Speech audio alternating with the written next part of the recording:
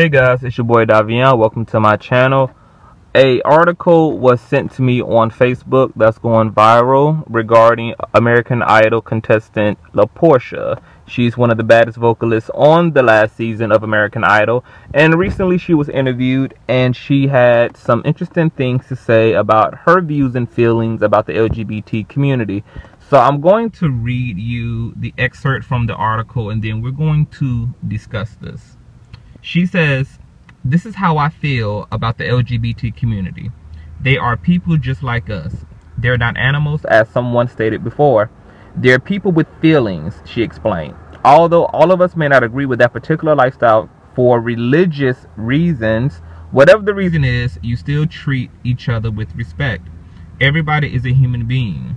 We should be able to coexist with one another." In case that wasn't clear, she went on to say, "I am one of the people who don't really agree with that lifestyle. I wasn't brought up that way.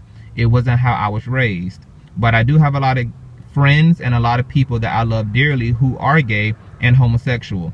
And they're such sweet, nice people. We should just respect one another's differences and opinions and move on. We don't have to agree with each other's life choices to love, respect one another." So initially when I read this article, I was not utterly and blatantly offended, but at the same time I can certainly understand some of the distress of the homosexual community and some of the heterosexual allies of LGBT rights and so forth. Now, I believe in LaPortia's constitutional right to speak whatever she wants to speak and to believe whatever she wants to believe. On one end, I am encouraged that she at least is not a religious fundamentalist. She's mature enough to be able to be in a world and in a space where she's who she is, you are who you are, and whatever y'all think about each other is irrelevant in terms of being able to get along, to move along. Now, one of the things though that was interesting to me was that she says she believes what she believes for religious reasons. I think that one of the big issues that the LGBT community have with heterosexuals, especially who justify homophobia and their displacement of homosexuality with religious justification, is that we all know that religious fundamentalists always are hypocritical, because every last single person on this earth falls very short of all religious orders and standards. All of them. Now, I recently read that LaPortia divorced her husband. Anybody who understands the hermeneutics of Christianity and has any type of scholarly understanding know that God never ordained divorce. Mankind did. Moses issued a certificate of divorce to the people because the people's hearts were hardened, but God never ordained divorce and never supported divorce. Jesus backs that up in the New Testament when divorce comes up and says that in the beginning it was not that way. God never designed marriage to come to any end for any reason, because marriage is supposed to be one of the institutions that reflects God's unconditional love unto his bride, which is his children, his people.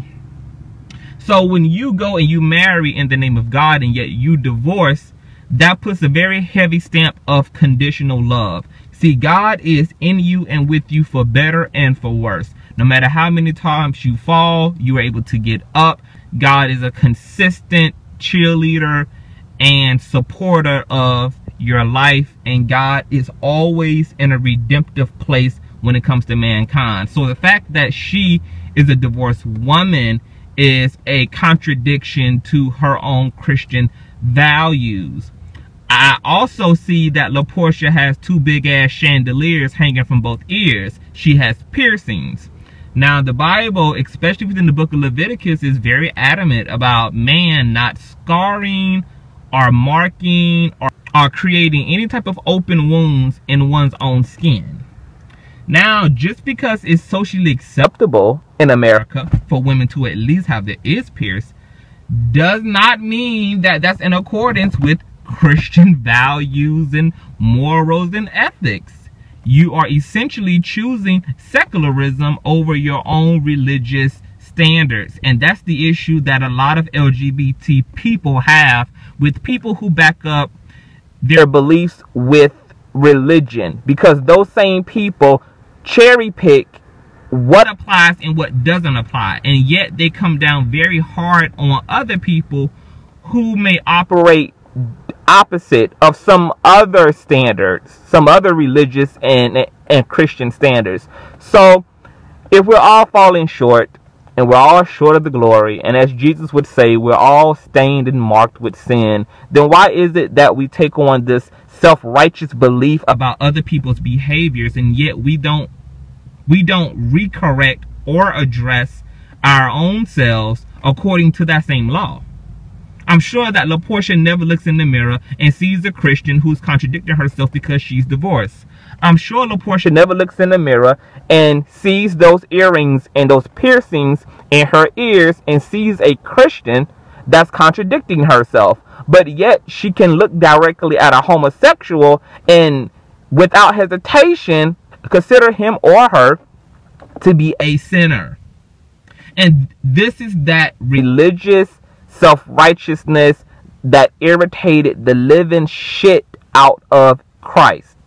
LaPortia, you weren't raised that way, but guess what? In the 60s and 70s and 50s and before all of that, white people weren't raised to respect black people and see them as first-class citizens either. So just because you weren't raised that way, just because you wasn't brought up that way, is not a justification to be less educated on a particular subject and issue. If you're going to have an issue with people in this world, please take the time out to make sure that your issue is completely justifiable. Because to walk around with a half-ass smile toward people for no other good reason other than a verse or two is just immature. It's immature. It's really, really immature to hold a space in your mind that's disapproving of people who you at the same time are going to call so sweet and so loving. You called your gay friends loving and sweet, and yet you've created a space in your mind to disapprove of them just because of a book written 2,000 years ago that's being highly misinterpreted by today's people. Now, it's clear that LaPortia isn't trying to incite any hatred. She's not trying to hurt anybody. That much is clear.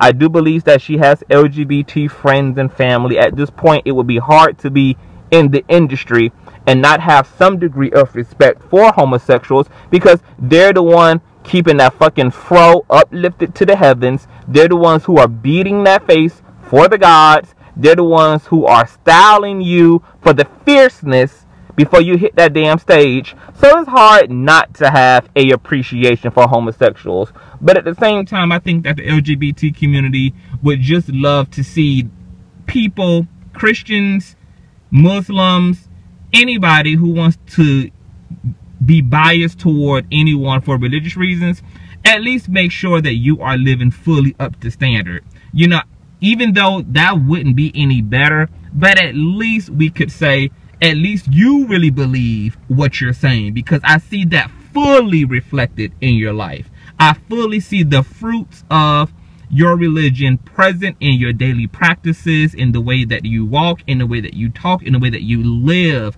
But a lot of you religious people, a lot of you Christians, y'all around here got on a face full of makeup, wig down, you got the earrings and the cleavage, and you got this whole Jezebel syndrome going on. You know, for the men, y'all never really address the sensuality and the lust and the criminal behavior and mentality perpetuated in heterosexual media, music, and movies, and yet have so much to say about homosexuals. They're just blatant cherry picking that Christians constantly do, and I think that that's something that Christians have to be mindful of. And now that the LGBT has reached a place of leverage in this society, the LGBT community is going to be very hard on people who have any opinion that's less than supportive. You know, gay people are like black people in terms of people never want to go there again. You know, black people are so offended by racism because we never want to go there again. We've been there. We've done that. It's over. Let's keep that dead. Let's keep it in the tomb. Gay people have been oppressed and second and third class citizens, you know, all their time in American history. Enough is enough.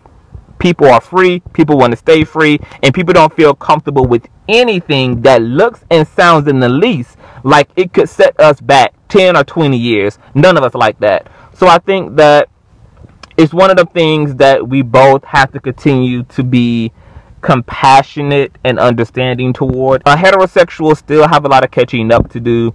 They might not still be all the way there, but they're learning. And in time, I think that everybody will come to an overall consensus. And just make sure that we are fact checking what we believe, that we're thinking about what we're thinking about, that we are evaluating our own personal beliefs, and that anybody who proclaims God should really take time to study what does it really mean to walk in love. What does it mean to see people the way that God sees people? What is my responsibility as a follower of God, as a manifestation of that which is God, and how to relate that consciously in the world that I live in. LaPortia, you know, your article was okay. I myself wasn't personally offended, but like I said, I can understand why certain people are offended by what LaPortia said, and I hope that we all just continue to deal with this issue very consciously, and deal with all issues relating to us as a culture, as a society, as a people, very, very, very, very consciously. It's just time to continue to be educated and to be conscious and to think about what you're thinking about. That's my commentary for now. I'm on my way to get some business done. I just wanted to stop and speak about this. I will holler at you guys later. 1.